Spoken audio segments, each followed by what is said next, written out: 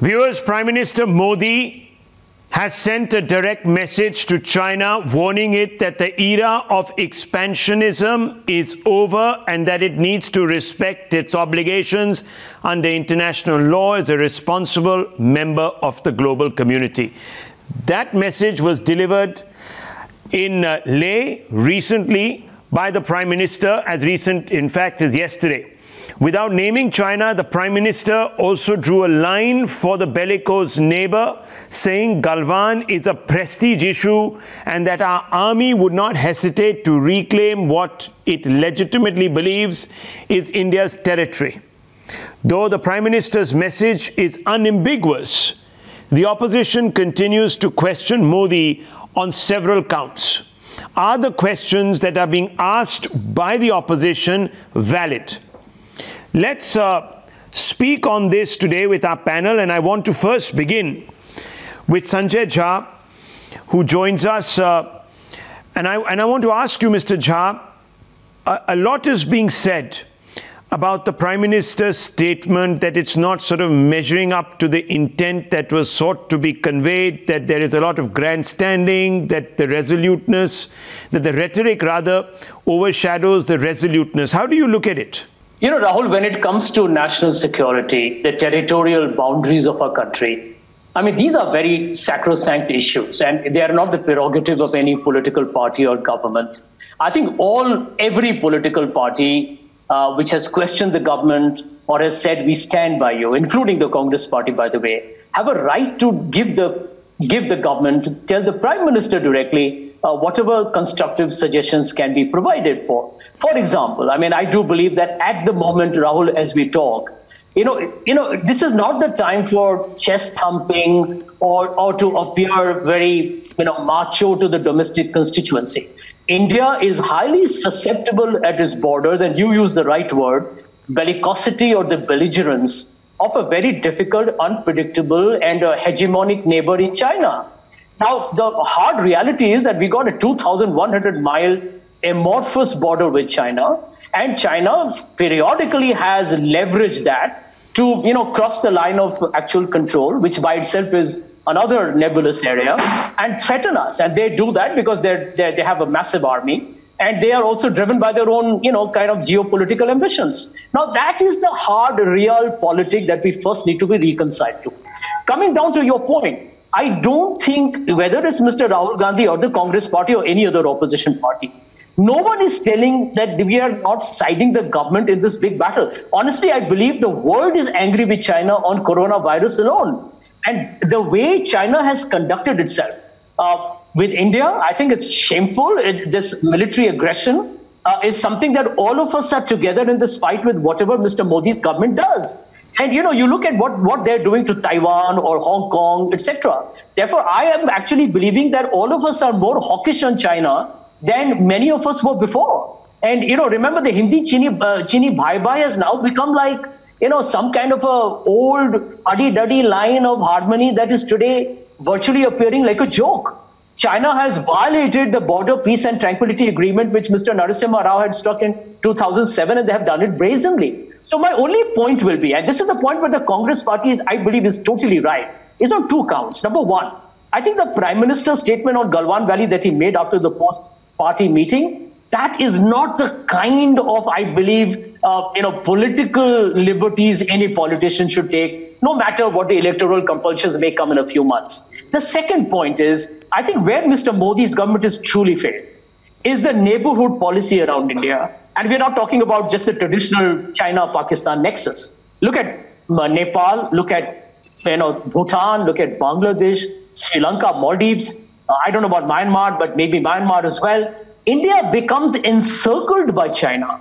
And there is a distinctive lack of understanding a nuanced foreign policy, because you cannot do this in a transactional way. So I think we come from the right place, Rahul. And I think when we criticize the Prime Minister, if at all we was going to see it as a castigation, it's not really so. It's to say, listen, let's fight this together, because India today has a crumbling economy, a pandemic that's going out of hand. You have serious governance issues, and you can't really afford to have a military aggressor like China breathing down your neck. Can India do a two-front war? My frank answer, virtually impossible, because that's what China is heading towards. Okay, Jeevan Narasimha Rao, would you like to respond to this at a political level? Rahul, it's very quite irrelevant. Honestly, the opposition, particularly the Congress Party's opposition to the entire standoff with China, because you clearly realize that your main opposition party and some of their lackeys have sold their soul to China. So you're not even addressing the Congress Party. The people of India will teach them a lesson at a time they consider appropriate. The government is clearly sending out a message. Prime Minister Shri Narendra Modi is sending out a message that here is not a Congress government. It is not a government that you have seen in the past. You are dealing with a different government in Delhi, and we are firmly resolute in rebuffing any attempt at chipping away at even an inch of our land. We are not made of the same metal that Congress Party and their leaders are. They have caved in. They have given you 42,000 square kilometers of our land. This government will not cede an inch. So we are not even addressing Rahul Gandhi or Congress Party. We think they are totally irrelevant because they have got exposed in the entire discussion on China. And as far as our relations with neighbors are concerned, we have best of relations with many of them, but certainly China and Pakistan are not among them. Nepal also seems to have got a little rubbed away, seem to have some rub-off effect. But we have best of relations with Maldives, Bangladesh, and many other names, Bhutan. Okay, so you don't take the opposition seriously. But Mr. Narasimha Rao, let's look at some of the questions that are being asked. Forget for a moment that they're coming from the opposition. Let's just look at the questions. The first question is that there is a gap between rhetoric and the resolute lines that emanate from government. And this is with specific regard to claims that are made on what the Chinese hold and what we hold. There seems to be a gap there, number one. Number two, most importantly, is this entire conversation around the fact that for a few years, we have built up China in our imagination as a great friend. Only now, and after ignoring many warnings, only now to wake up, much to our chagrin, and saying that, oh, China is, in the words now of the Prime Minister, an expansionist power. So these two questions are coming back at you. Would you like to at least respond to those? No, I think the first one is a make-believe reality that they want to project for their political reasons, and also to act as a propaganda tool of their friends in China. Because we have made it clear, not an inch of Indian territory has been ceded to the enemy. Not an inch. And that's a matter of fact. There can be no discussion about this. People who want to spread fake narratives, they will continue to insist on their fake narrative, and people of country are not taking them seriously because they are not factual. Coming to your second observation, we are committed to ensuring. See, the opposition party is not acting in accordance with the role expected of a very constructive opposition. Questions can be asked by the opposition, but when your motive behind these questions is suspect, when you are seen to have direct financial benefits, seem to have received direct financial benefits from the enemy, it clearly tells you what the story is. And as far as taking a long time to really realize your rival, I think this government has last 6 years ensured that we don't cede an inch of land. But when the neighbor makes those very combative overtures, now you give it back to him. There is a time and place for everything. Possibly they thought, like in 2013, when Manmohan Singh government ceded 640 square kilometers of land and did not bat an eyelid, merely succumb. I think this government, they were hoping possibly that this government also will cave into pressure. Okay. On the other hand, they are realizing this government is going to impose heavy costs on China for its belligerence and for its nasty attempts at chipping away our land. Okay, so before we go into a back and forth, let me get everyone's point of view first to open and set up this debate. So please bear with me, panelists. Let me bring in Pawan Verma and General Bakshi in that order. Pawan Verma, where do you stand on the Prime Minister's speech as such? Message of intent has been delivered. I think the Prime Minister has never spoken using the terms that he has about China, albeit not mentioning China, but I think everyone knows that that is only an academic exercise at hair splitting. But the fact is, we seem to have broken from the conversational and congenial terms that we had spoken to each other in, that is India and China, in the past. So what do you make of this? Well, Rahul, my view is that the Prime Minister's speech today was a rousing speech entirely befitting for the occasion, delivered at the right spot to the right audience, which is our armed forces and our brave Jawans on the front, and to the nation. You see, Rahul, I want to make something clear to you, because, you know, sometimes democratic politics, democratic debate is often reduced to adolescent political one-upmanship. And I don't believe that is in consonance with a mature democracy. What happens when you face an external enemy or an external threat? You have to first unequivocally condemn what is a threat to the nation as a whole. Secondly, you must stand for the courage and valor of those of our armed forces who are at the border there to protect us. This is essential. Take any democracy. You do not ask questions. And the third matter is about democratic discourse, and I am relating it to the PM speech. You see, there is a manner in which you ask questions. I am afraid today the opposition is confused, shallow and superficial if the template for its behavior is to be inferred from the actions of the principal opposition party, which is the Congress.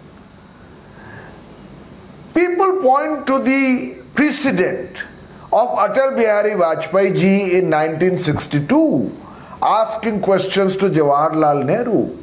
Please understand how it was done. The Jansangh then was a party of 5 MPs. Mr. Vajpayee sought a meeting with the Prime Minister Nehru. He requested for, if it's possible, to convene a session of the Raj Sabha. The Prime Minister agreed. Then Mr. Vajpayee stood up and made one of his most eloquent speeches, full of substance and gravitas, without necessarily pointing to the bona fides of the Prime Minister. He did not say that the Prime Minister is sleeping with the enemy, and Mr. Nehru did not say that Mr. Vajpayee, for asking the questions, is in cahoots with the enemy. There was a dignity in the manner in which democratic debate was carried out. Now today what happens? Mr. Rahul Gandhi makes a tweet where he rhymes Narendra with surrender. Is this the essence of democratic debate? I want to ask you this question. Have we reduced everything to the triviality of a minimum exposure of cerebral content, which is a tweet,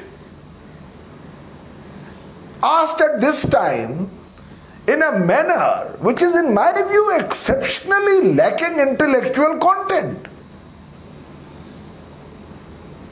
Now today the Prime Minister was at Leh. He did not go necessarily as a BJP leader. He went there as the Prime Minister of the country, at a spot or in an region where 20 of our Jawans had given up their life. He gave a speech to keep the morale of our soldiers high, to convince them, as I had written in a recent column for your sister newspaper, The Times of India, where I had said that we have our strengths. We are a civilizational power greater in antiquity than China. We are 130 crore people. We are a rising economic power. We are not a walkover in 1962. The Prime Minister went to shore up this feeling that India, even if it is under pressure, even against an expansionist and imperialist China, will stand its ground and we will face the enemy resolutely. Now, do you have to make a tweet while the Prime Minister is in Ladakh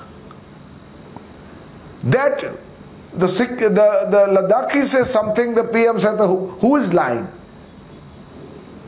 What I'm trying to say to you is that the quality of the manner in which the government is opposed by the opposition, if the Congress's performance thus far is to be taken as a template, is exceptionally lacking. And let me say this also, even though that attack was far below expected levels, rhyming of Narendra with surrender, etc., I don't think the BJP's response should have been to say that the Congress is on the payroll of the Chinese. This is not what democratic debate should be in a country which is the world's largest democracy. Okay.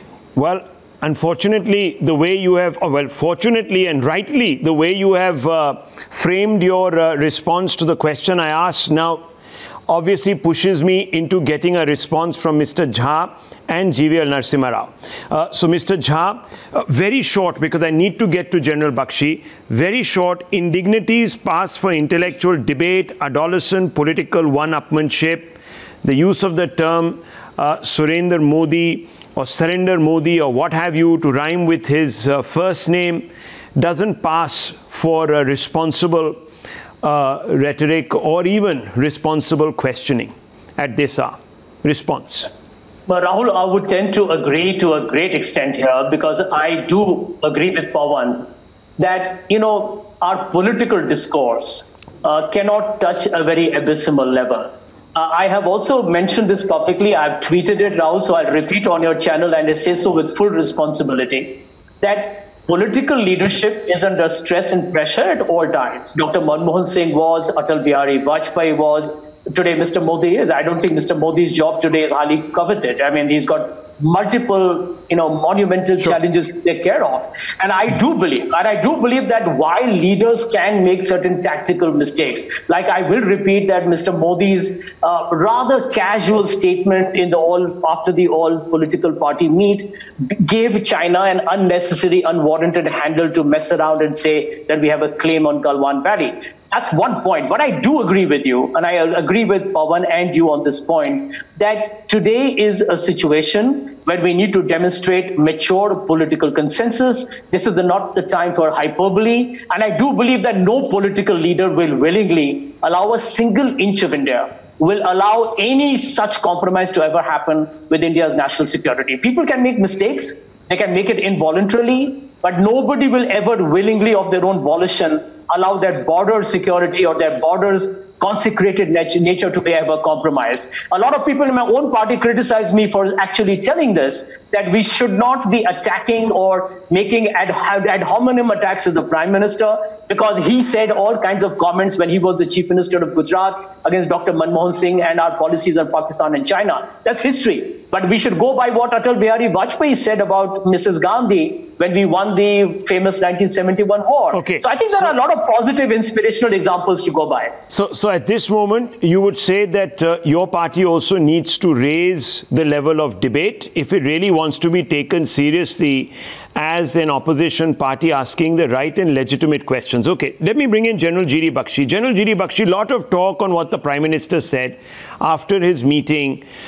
Many people say it gave China the legitimacy to claim vast tracts of Indian land, saying that, look, we haven't conceded an inch of Indian land, while the Chinese were in Pangong So, as well as according to various different experts, 5 kilometers within the LAC, even in Galwan. How do you react to that? Rahul, I would say, sorry, am I audible? Yes, you are, indeed. Go ahead. Okay. Rahul, I'd like to point out that today's the Prime Minister's speech was a very well calibrated optical display targeted at multiple levels of audience, right?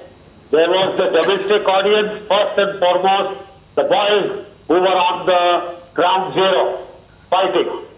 Their bravery had to be acknowledged. Their sacrifice had to be lauded. He did precisely that.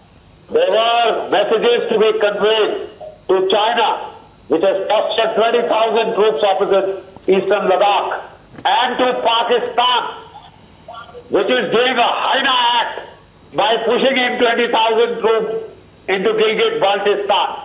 This is not exactly the time for the kind of hyperbole, for the kind of childish debate, political debate that we see in this country, which has stooped to levels of name-calling. At a time of such grave national crisis, with COVID troubling your country, with the Chinese breathing down your necks, with the Hainas and jackals in Pakistan trying to take a bite, with your economy hobbled. Now a question was asked, what do you do in such circumstances? Sir, we don't surrender weakly. We uphold our interests. And the Prime Minister has just done that. He has conveyed a clear message to Pakistan, to China and to Pakistan. Look, China is trying to sound reasonable now. Who crossed the Rubicon on 15-16 night? 15, Rahul, was the birthday of Xi Jinping. As a birthday gift to bootlick his boss, the Chinese Western Theatre commander wants to present 20 Indian heads. Well, you got back 46, if not more. You still want to now tell us that you are reasonable? I'm afraid you are not. You've shown your true colors. And if you think there will be no comeback, just because we are battling COVID, just because our economy is down, so is yours.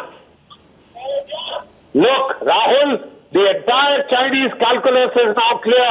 Please understand. Let this country understand. COVID is a deliberately weaponized Chinese tactic of using biological warfare. They think they've got the United States, the biggest power, hostage combat. Therefore, they can push India.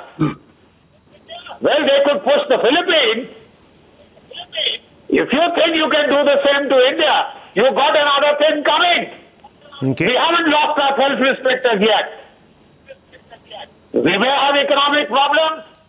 We may not have all the military wherewithal that we wanted, but it is enough to give it back to you.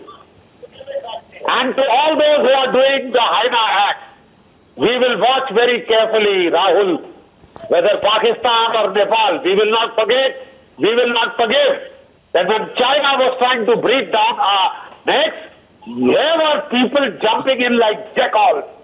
Okay. Like hyenas. We will not forget, and they will suffer for it. Okay. So the general says that, look, don't mess with us. This has been communicated directly by the Prime Minister in the language that is unambiguous, and China's got the message. So therefore, let me bring in Ghanshyam Tiwari. Ghanshyam Tiwari, by indulging in, to paraphrase Mr. Pawan Verma, adolescent political one-upmanship, has the opposition weakened the fight.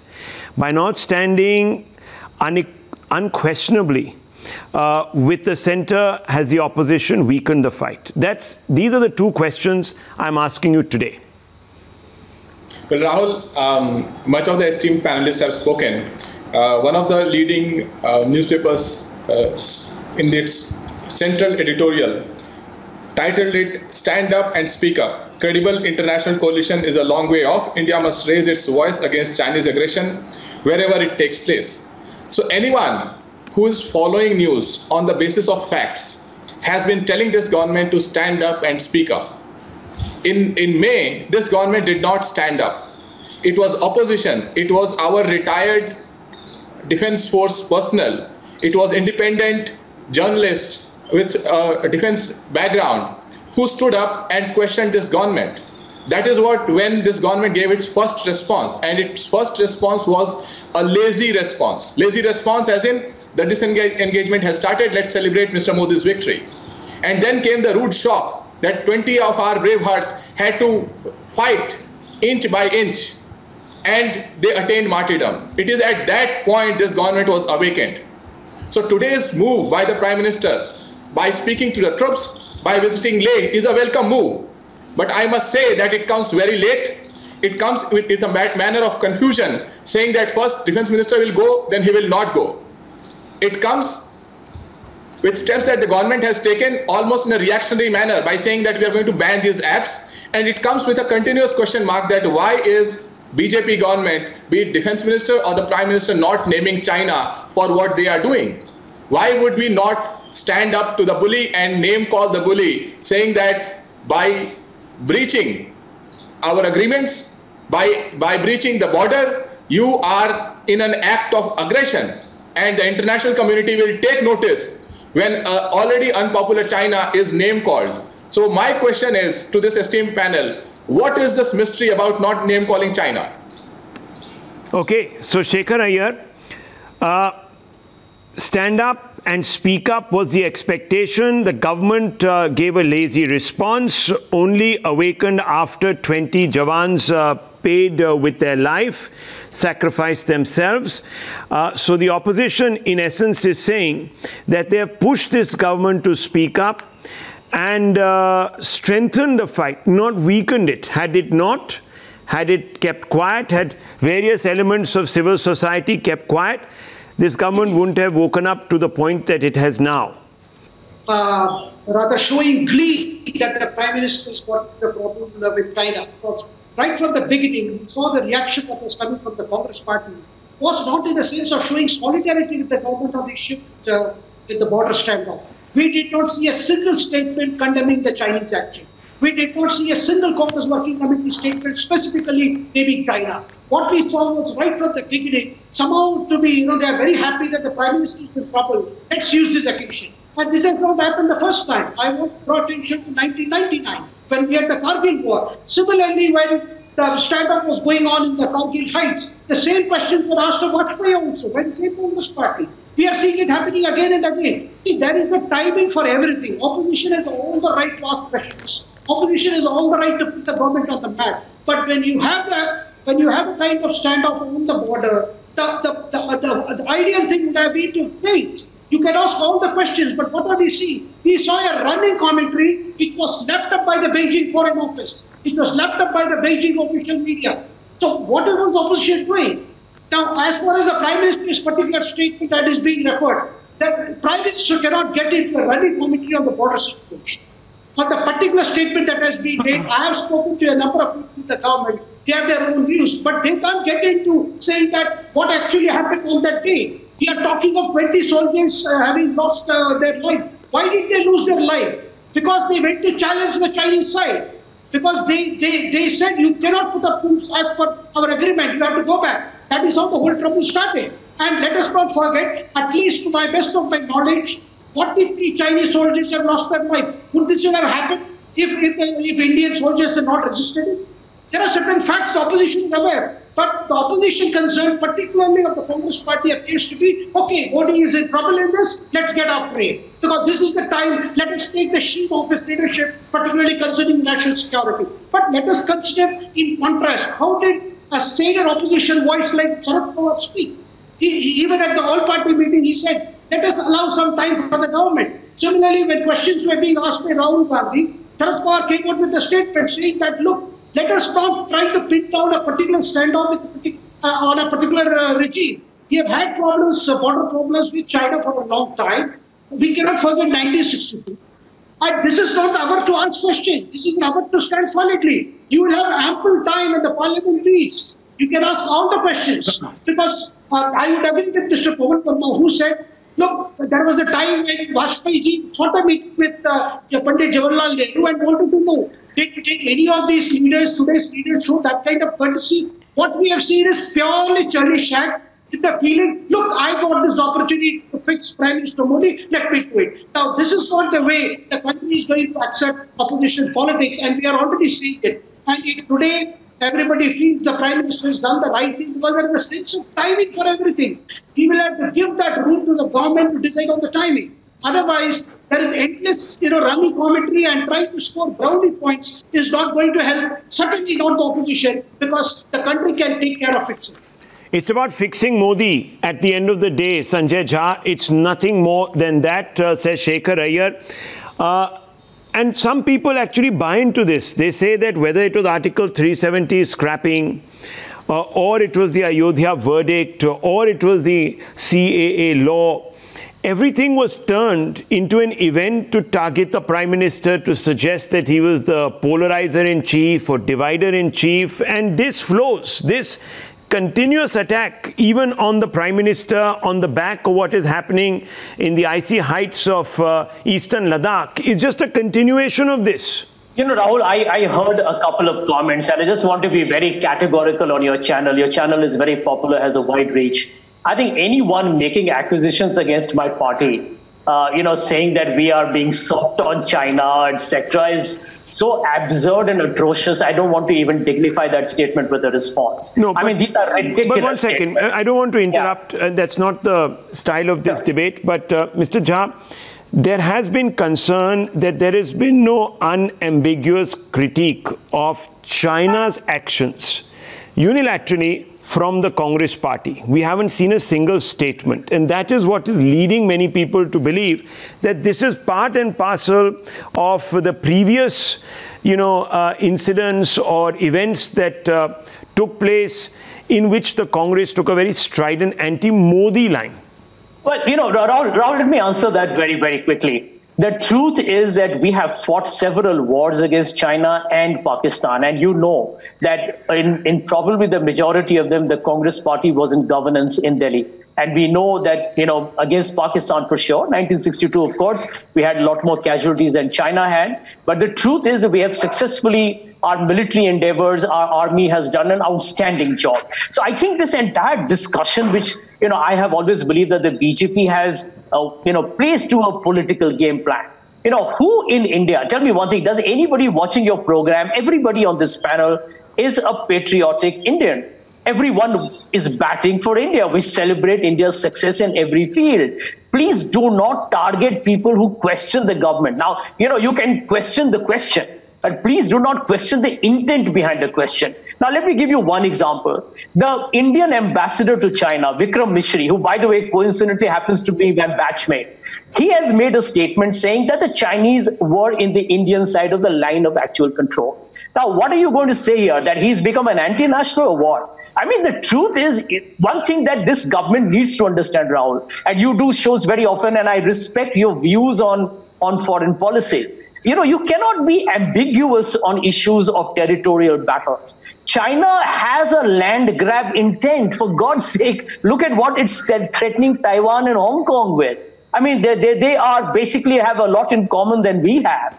And there are people within the Congress, yours truly including, who believe that this is the time to be hawkish on China, diplomatically isolated by speaking about Taiwan, Hong Kong, and bringing up Tibet and Dalai Lama. We need to be a lot more aggressive. We are on the government side. I really feel the issue that has emerged is largely been on account of the fact, as even Ghansham rightly mentioned, that the government woke up rather late, if I can use the colloquial term, late to the party. Here was Rajnath Singh telling people, and very responsibly, that thousands of Chinese troops have entered India, and he acknowledged it. And there were enough reports that, Chinese are sending in several people. Their border infrastructure is at the moment stronger than ours. And our government, Mr. Modi's government, Dr. Singh's government have all built it up, airstrips and roads and what have you. Okay. So I think we are on the same page. I think this whole political hyperbole, unfortunately, has gone into a crazy spin. Okay, so G.V. Narasimha, on the point of not taking an unambiguous position, position against China. Sanjay Jha says, look, we've proven our credentials. We don't need to prove our patriotism. We fought many wars against China. All of us are patriots. Your response to that? No, that's the reason why my friend Sanjay Jha has been divested of his responsibilities in the Congress party, because he spoke his mind. There are many in the Congress Working Committee who were extremely critical of Rahul Gandhi's views and the very imbecile comments that Rahul Gandhi makes all the time. And I think that's what Mr. Pawan Verma in all probability was referring to as the adolescent behavior. And everyone in the country knows who the adolescent in question is. So the Congress part and all the time the opposition, particularly the Congress, has been indulging in repeat lies. When Defense Minister never said they are inside our territory. There is a huge buildup of the Chinese army. That's a fact that was acknowledged repeatedly. But that's not on our soil. I think certainly there is a huge buildup on their side of the LAC. And then they tried to intrude into our territory. This incident, this clash happened, resulting in the martyrdom of our 20 Jawans, 20 of our senior soldiers. So it's the Congress party and some of the opposition wants to give a perception to the country, wants to sell lies that there is a land takeover, and they want to claim as if these are great protectors of India. But when we dug deep into it, initially we thought this is nothing but imbecile nature. But then we realized it's not just hatred against Prime Minister Modi. It's not their immaturish nature. It is much more to do with their links with China, because they forced their own leader of the opposition to remove even a tweet that was critical of China. And Rahul Gandhi never uttered one line against China, never condemned actions of China. So we thought, okay, on Pakistan, the Congress pursues vote bank politics and they abuse our army. They call the army chief a Sadak ka Gunda. And if that is not anti-national, what can be? You question their bravery, you question surgical strike, you question their Balakot strike. Now you even question their sacrifice at point 14 in Eastern Ladakh. Okay. So all the time you are running down the morale of the armed forces, and it's not purely a political fight. It certainly has something more sinister with your relations. However unfashionable it might sound, it is that sinister relationship that is actually dictating the Congress party's agenda and line on this issue. Okay, we have last 5 minutes on this show. General Bakshi, do we need to suspect the opposition's motives? And I leave the last comment with Mr. Pawan Verma after you finish. General. I keep emphasizing that in every mature democracy, there is always a bipartisan consensus on issues of national security. When the enemy is at the gates, we always close ranks. We present a unified front.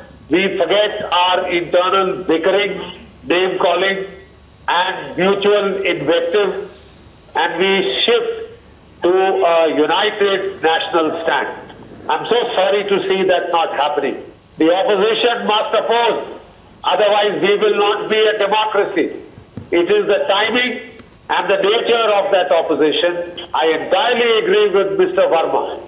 He has, stated it very accurately when he says that our level of discourse is abysmal, infantile.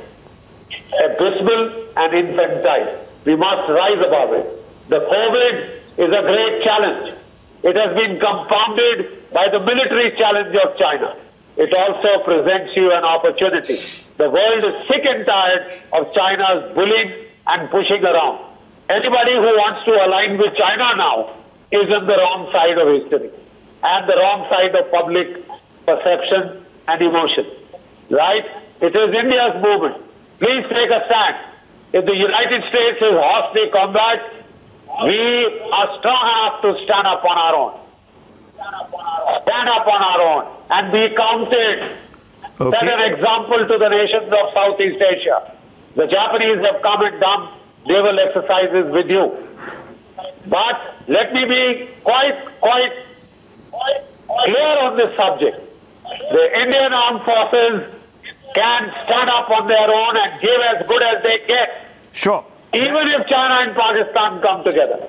No one doubts that. I think obviously we have the capacities and the resolve. We've seen the gallantry at Galwan, and I don't think any one of us has a doubt on that score.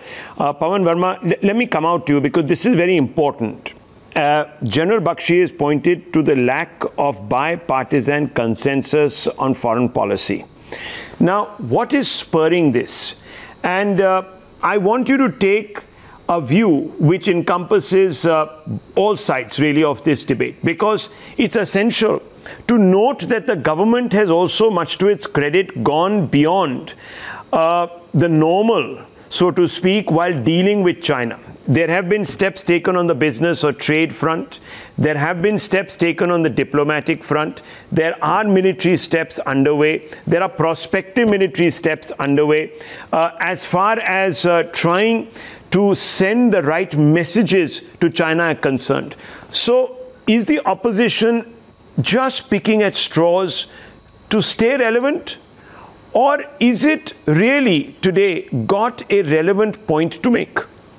First of all, Rahul, let me say, and in conclusion, what I feel is that when you have a crisis in the nature of an external threat, it is extremely good that we are not a totalitarian state like China and we are a democracy. So by all means, let us have democratic debate, not superficial finger pointing. But while we have that democratic debate, let us not be in any doubt about who our principal adversary is. And that is the external enemy, and in this case, China. Sometimes I feel, as an observer and a participant, that political parties and the opposition in this case was more keen to attack the government than it seemed to be to attack China. Secondly, I am really concerned that if we are a democracy, let's have a debate which is commensurate with the standing of the world's largest democracy. Let Mr. Rahul Gandhi, in whatever position he holds, which obviously is just as an MP from Wayanad right now, but for whatever reason he is the spokesman of the Congress party, let him hold a substantive press conference where his aim is not to prove that the government has failed necessarily, where it is not to prove the malafides of the government, where it is not to exonerate his own party's past track record in dealing with China. All parties are guilty in that. But let him make a reasoned presentation backed by maps and data, asking in a constructive spirit that the government is right now in the midst of that crisis, what is the position there and what is being done to ameliorate the situation. Then we will be a democracy which the world looks up to and which China envies, because we can have a debate and a discussion and interrogation as well, but with the substance and gravitas we require. This kind of finger pointing, this kind of tweet randomly issued, where has gone the cerebral content of this great and ancient civilization? Why have we reduced it to this level? I want to ask this question, including to my good friend Mr. Sanjay Jha and the Congress party. I mean, frankly, you know, the BJP had intellectual giants like Deen Dayal Upadhyay. Similarly, the Congress party has had great intellectual giants, from Mahatma Gandhi to Jawaharlal Nehru, Sardar Patel, and so on and so forth. What has happened for the Congress party to believe it's done its democratic duty as an opposition by a 3-line tweet, which is in the nature of an allegationist or slanderous accusation? What is the purpose served?